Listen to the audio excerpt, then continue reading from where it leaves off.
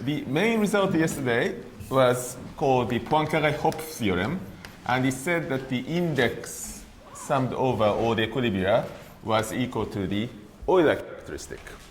You remember? Any vector field on your manifold, you look at all the equilibria, look at the indices at the equilibria, sum over them, and you get this Euler characteristic, which in our treatment was simply the number of zero-dimensional cells minus the number of one-dimensional cells plus the number of two-dimensional cells minus the number of three-dimensional cells, and so on. Beta 0 minus beta 1 plus beta 2 minus beta 3, and so on, alternating sum of the numbers of cells. Okay. We call this the left-hand side, call this the right-hand side. And we remarked that you can use this formula in two different ways. You can use this formula. If you know the right-hand side, you can get the information about the left-hand side. And that means that, which way does it go, actually? This is quite interesting. I think it goes this way. So if I use it to deduce the right-hand side from the left-hand side, it means that you know the, knowing the equilibria of V, find out the Euler characteristic. Okay. In some sense, you are saying that if you know something about the dynamical system, you can get the information about the topology of the manifold. You can also use it in this direction. Knowing the right-hand side, deduce something about the left-hand side, and that means that knowing the Euler characteristic, find out something about information on the equilibria of V. In other words, the knowledge of topology constrains the behavior of a dynamical system on that manifold. Okay, you can go in both directions. So today, we shall first do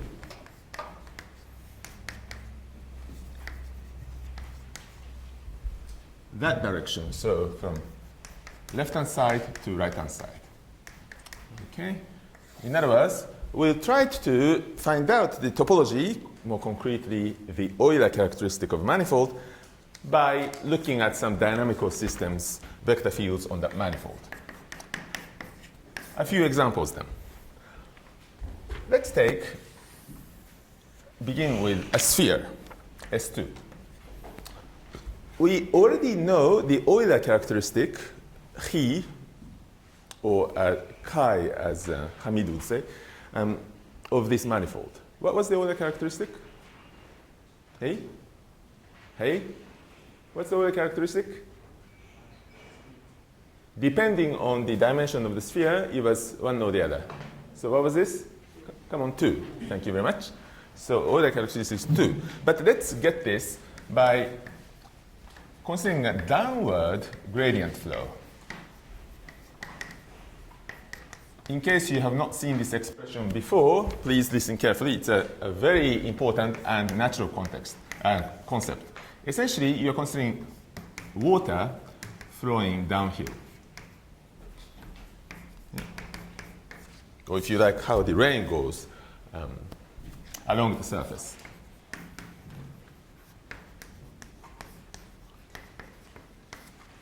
Okay.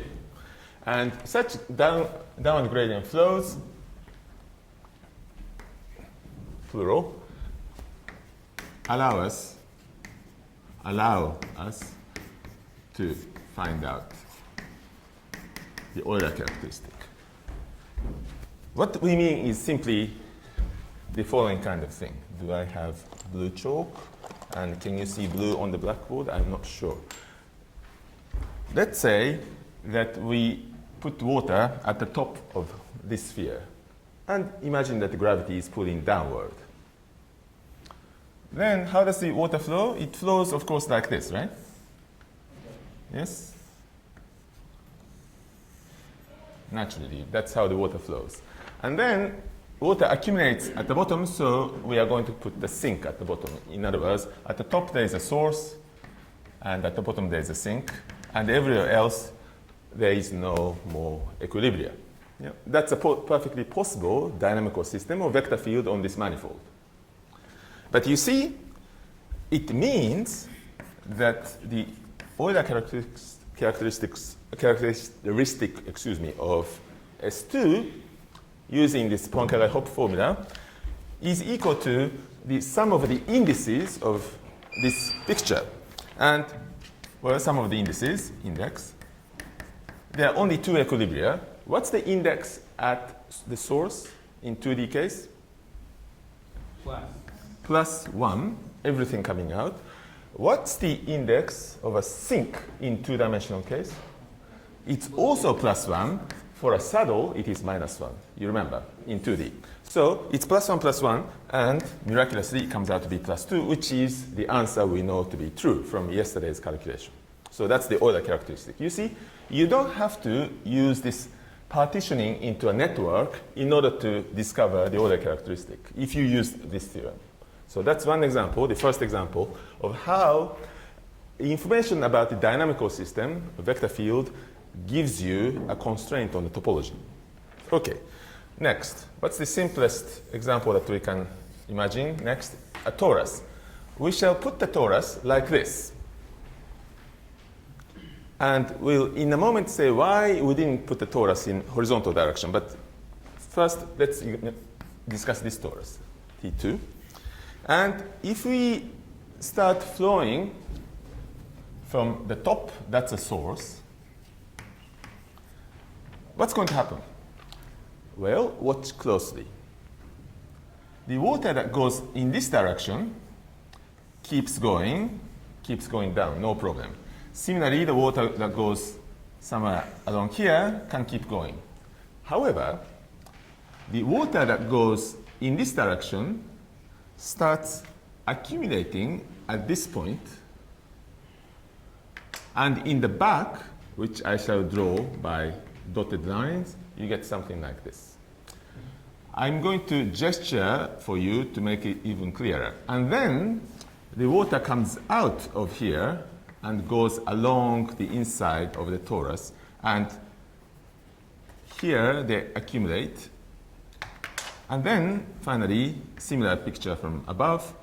There is a front flow and back flow, and everything accumulates at the bottom, which is a sink. How does it go? More clearly. Can you imagine the top of the torus, which we are putting like this? So there is a tube-like thing, which we put like this. Okay, look at the top. What we are saying is, if you flow on the side, you can just flow all the way down.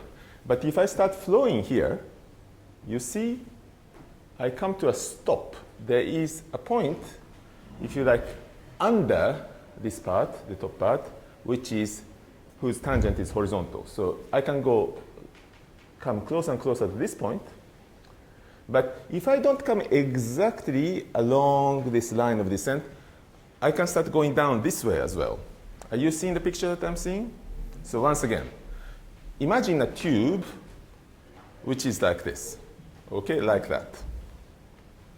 Do you see the tube? So the top of the tube, and then if you continue, there's the bottom of the tube, and then there's sort of a hole-like thing in the middle, over here, okay? I'm talking about what happens at the top in this region. So if I go down this way, no problem, but if I come down this way, yes, there is an equilibrium here into which you flow, and in the perpendicular direction out which you flow out. And then you go down. And now here, when you come down, there are slopes like this coming down, and then there is a local flat part, and then slopes like this going down. Can you see? Coming down like this, and then going down like this. It's what in English we call a mountain pass. When you go over a mountain, you know, you are climbing, you might go over a point like this, but on this side you still have high mountain, on this side you still have mountain. That kind of geography is what we're talking about. So at that point, water is flowing in like this, but then flowing out in the perpendicular direction. That's the picture that we are trying to draw. In other words, these points are saddles. Hence, the Euler characteristic of T2 is the index of the source, which is +1. What are the indices of the saddle? -1 each, so there are two saddles, -1, -1, and then finally index of the sink at the bottom, +1, and it comes out to be 0. We had not yesterday calculated this Euler characteristic officially, but there was a project that I gave which explained how the Euler characteristic behaves under addition, to be precise, the connected sum of manifolds, and also under multiplication, to be precise, the Cartesian or direct product of manifolds. And if you use that and use the fact that S1 has Euler characteristic 0, you can easily deduce that any torus of any dimension should have Euler characteristic 0 also. 0 times 0 times 0, always 0. And bless you, whoever sneezed. Okay, that's the torus. Let's then discuss quickly a Riemann surface of genus G, which is a generalization, if you like, of the torus to higher genus. You keep doing this, and as before, I've decided to put this in an upright position. Okay, so this is sigma G, and there are G holes. The genus is G. The flow, by now you can imagine, starts from a source at the bottom, at the top, and sink at the bottom naturally. And the way it flows is like this. On the side it flows in a straightforward fashion, but here you flow into the sink, into the saddle, and then flow out of the saddle like this. Here you reach another equilibrium, another saddle. You go in front and you go in the back, reach the next saddle, and then you flow sideways, and so on. You keep going. In the meantime, on the outside of the torus, where, if you know this kind of thing, curvature is positive, you keep just flowing down. And so you repeat this process and eventually reach the promised land here. So you go like that, like that. There's a saddle, another saddle here, and water flowing outside, and this water on the outside has been coming, and finally the last saddle ejects the water downhill, which flows into the sink. Okay? Thus, you have all those saddles.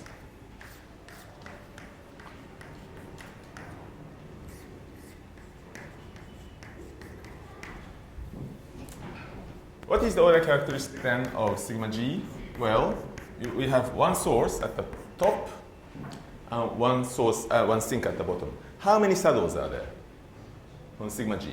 Hey? 2G, as Xavier says. Yes, certainly.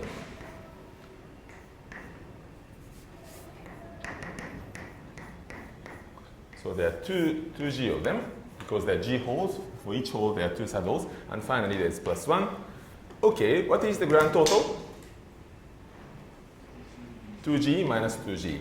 2 minus, 2G, which is exactly what was announced yesterday when we discussed the Euler characteristics. So you can find out how to calculate the topology, loosely speaking, from the information about dynamical system. You can also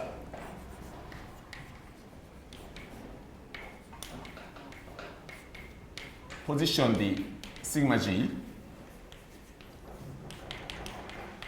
in a different posture. You don't like standing up? Well, lie down. Let's position it like this.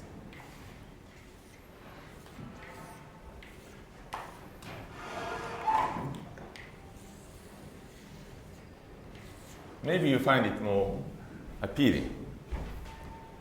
And suppose that rain starts falling on this. What does the water flow look like? Well, there are several positions at the top, or maximum points, and there are several positions at the bottom, the minima, over there. Those are the sources. There are now multiple sources, and those are the sinks, naturally. In between, what happens? Well, on the outside, it's easy. But on the inside, something interesting happens. First, here, there is a behavior very similar to what happened before. You can flow down in front and in the back, if you like, and then flow out. So you have a saddle. And let me denote the saddle, indicate the saddles by different colors. So I'm going to indicate the saddles by red because you'll see in a moment that there are many saddles. And here, the familiar style, there, there, and there. But you see, there is more. Look at this one. The water can start coming in along here, but this point is unstable in the other direction. When the water comes in, like this, it can go down like this. So the water can go down here in front and in the back and reach another saddle here. And then from this saddle, it can go like this or like this. Similarly, the water can flow in into this direction or into this direction. And so you have many, many saddles here, here, here, here, and here, here, here, here. I shall explain those new saddles in a moment, but in the meantime, the picture looks like this. You should later try to draw these pictures yourselves, and then you'll understand better than just watching a Japanese person draw it in front of you.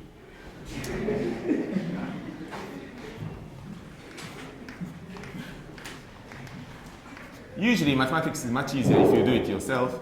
If you watch somebody else do it, it's very, very difficult to understand. Okay.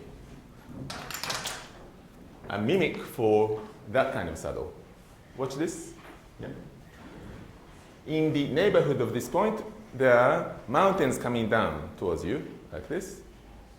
But then there are descent directions like this. So the water, rainwater, comes down, and there is an equilibrium, which is a saddle, into which water comes in, but in this direction, it can go out.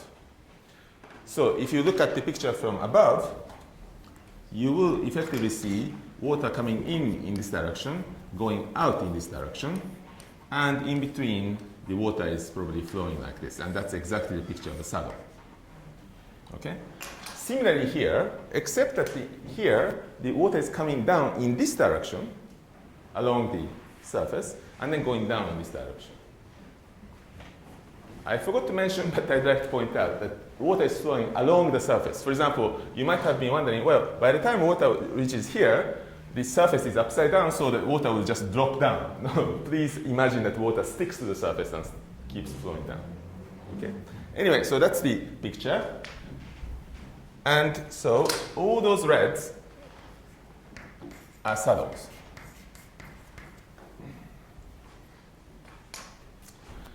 If you have only one color in your notebook, you might mark them by cross or something like that. In this case then, what is the Euler characteristic of sigma g? That's again another sigma g is equal to, well, how many sources are there? If the genus is G. Yes, that's right. So plus G, those are the sources, indices of sources. How many saddles are there? Hey, let's figure out the number of saddles of this type. How many? 2G, because there are G holes, for each there are 2. How about saddles of this type?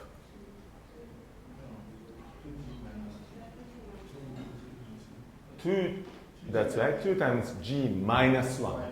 Because if there are G of those things, the parts in between, there are only G minus 1 of them. So, in fact, what we get is minus 2G, minus 2 times g minus 1. Those are the saddles. And finally, plus how many sinks? G also. So this looks complicated, and I hope this comes out to be the same result. What is the result? G plus G minus 2G, that's fine. And then minus 2G plus 2. Amazingly, it does come out to be 2 minus 2G. Whew, that was lucky. Thus, the moral of this story is that all these examples, all the calculations,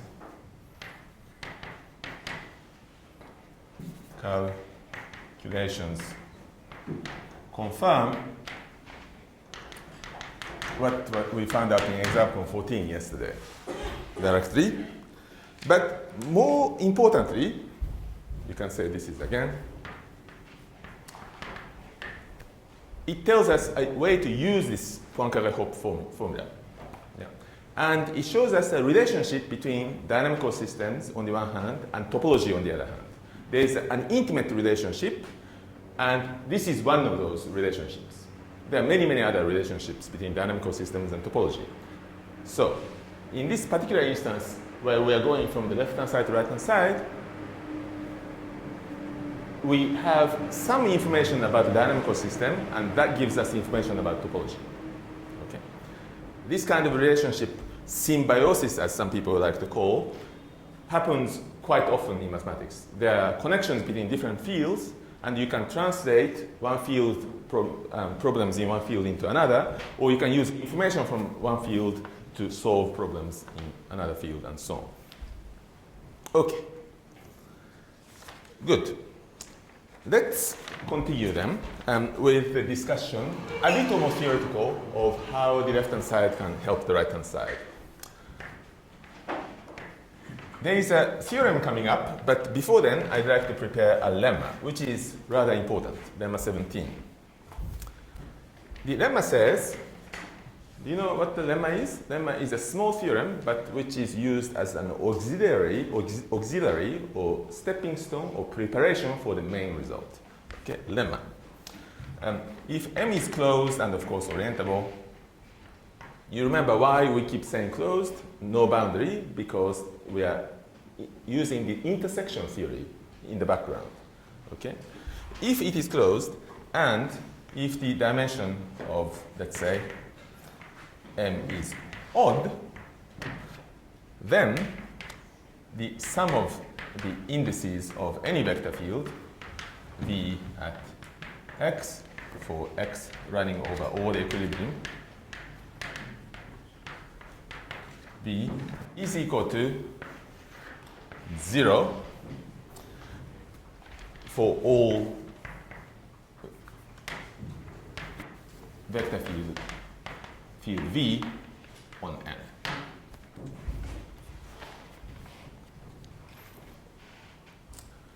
We shall prove this result by a direct picture concerning the intersection theory.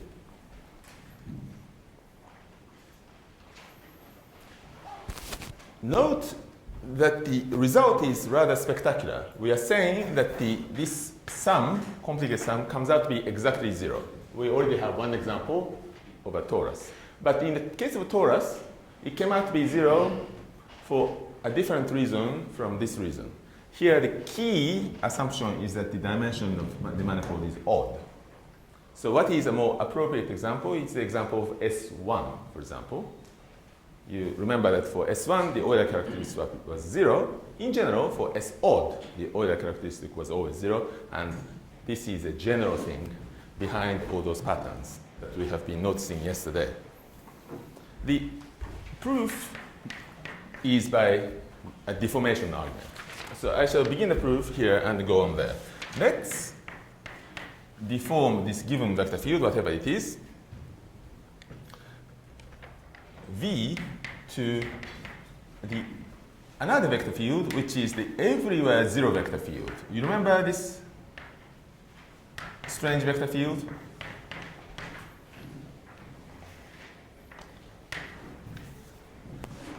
and vice versa.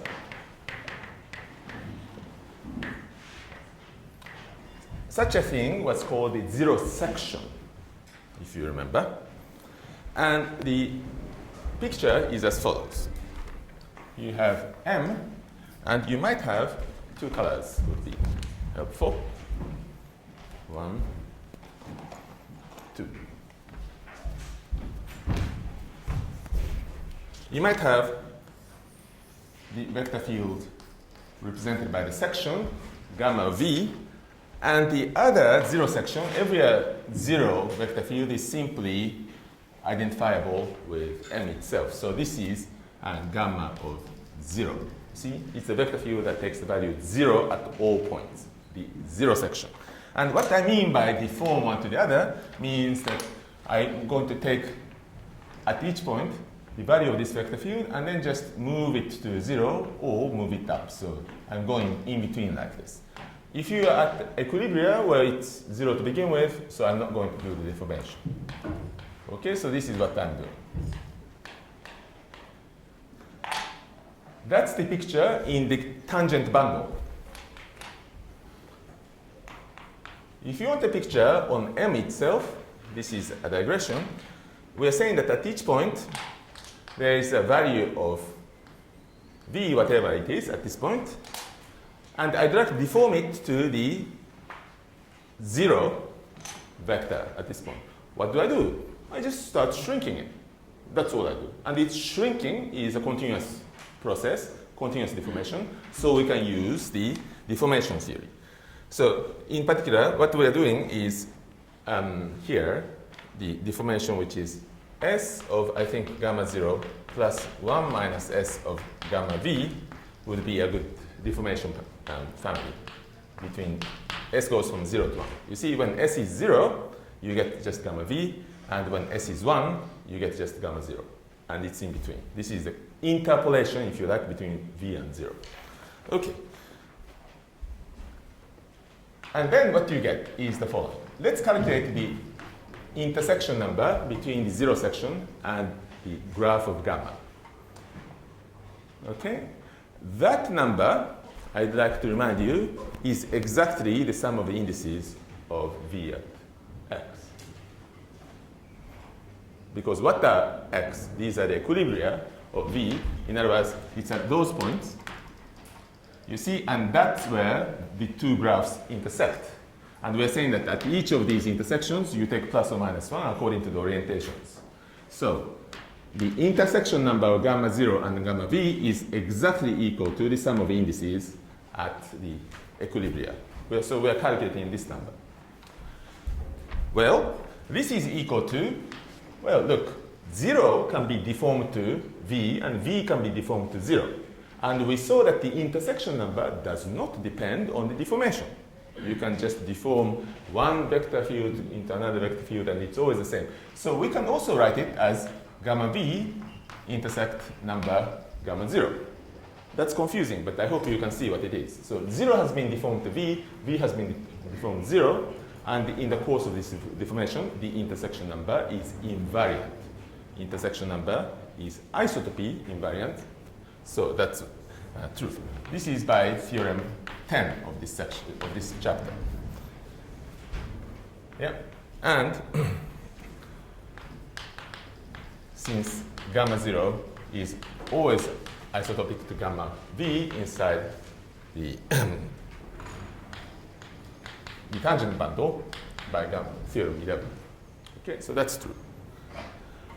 On the other hand, this number, let's swap the factors around. So instead of gamma V intersect gamma 0, let's write it as gamma 0 intersect gamma V. What happens when we swap the submanifolds to the intersection number? Well, you have to put some sign in front. Do you remember? So in the most primitive case that we studied last week, we are studying the intersection number between two manifolds, K and L, two manifolds inside some ambient space. And so the intersection number of K and L was related to the intersection number of L and K. You exchange the order, there's a relationship, and the relationship was a difference in sign. What was the difference in sign? It's -1 to, do you remember that? It is the dimension of this times the dimension of this. Okay, but what is the dimension of this times the dimension of this? Both have dimension m. So it is dimension of m squared. But you know, dimension of m, if it's even, its square is also even. Dimension of m, if it's odd, its square is also odd. Is that okay? So dimension of m squared and dimension of m have, what's the expression? The same parity, evenness or oddness. Do you know the word parity? Parity, evenness or oddness, parity. So it shows that if the dimension of m is odd, this becomes -1. But look, gamma 0 intersect number gamma v equals -1 of gamma 0 intersect number gamma v. What can this be? It must be 0 because it's equal to its own negative and hence the result. Is that okay? I hope it's not too quick. In contrast, if the dimension of m is even, you get the plus sign in front, so you can't say anything. This gives you no information. It's just saying that something is equal to itself. Well, of course. But when the dimension is odd, you can get the result that something is equal to its negative, so that something was 0 to begin with. End of proof. Okay. That's a standard technique in mathematics, by the way, one of the many standard techniques. In order to show that something is 0, you show that it is equal to its own negative. And we could do this thanks to the isotropy invariance under of the intersection number. Okay. I should probably quote where that formula comes from. So this, excuse me, is by chapter 3, that last chapter, and this exchangeable sign theorem was proved in Theorem 16. Okay. Well, after that lemma, it's immediately obvious what we can do next. We have this Poincare-Hopf from yesterday, that the number of sum of indices is equal to the Euler characteristic. So an immediate consequence of that lemma, Theorem 18, is that for every closed and of course orientable manifold, sometimes I forget to say orientable, but please assume orientability every, right? Orientable manifold M of odd dimension, key assumption, we have that the Euler characteristic must be 0. And the proof is simply a combination of the lemma 17 and the previous theorem, that's the Poincare-Hopf theorem 15. Good.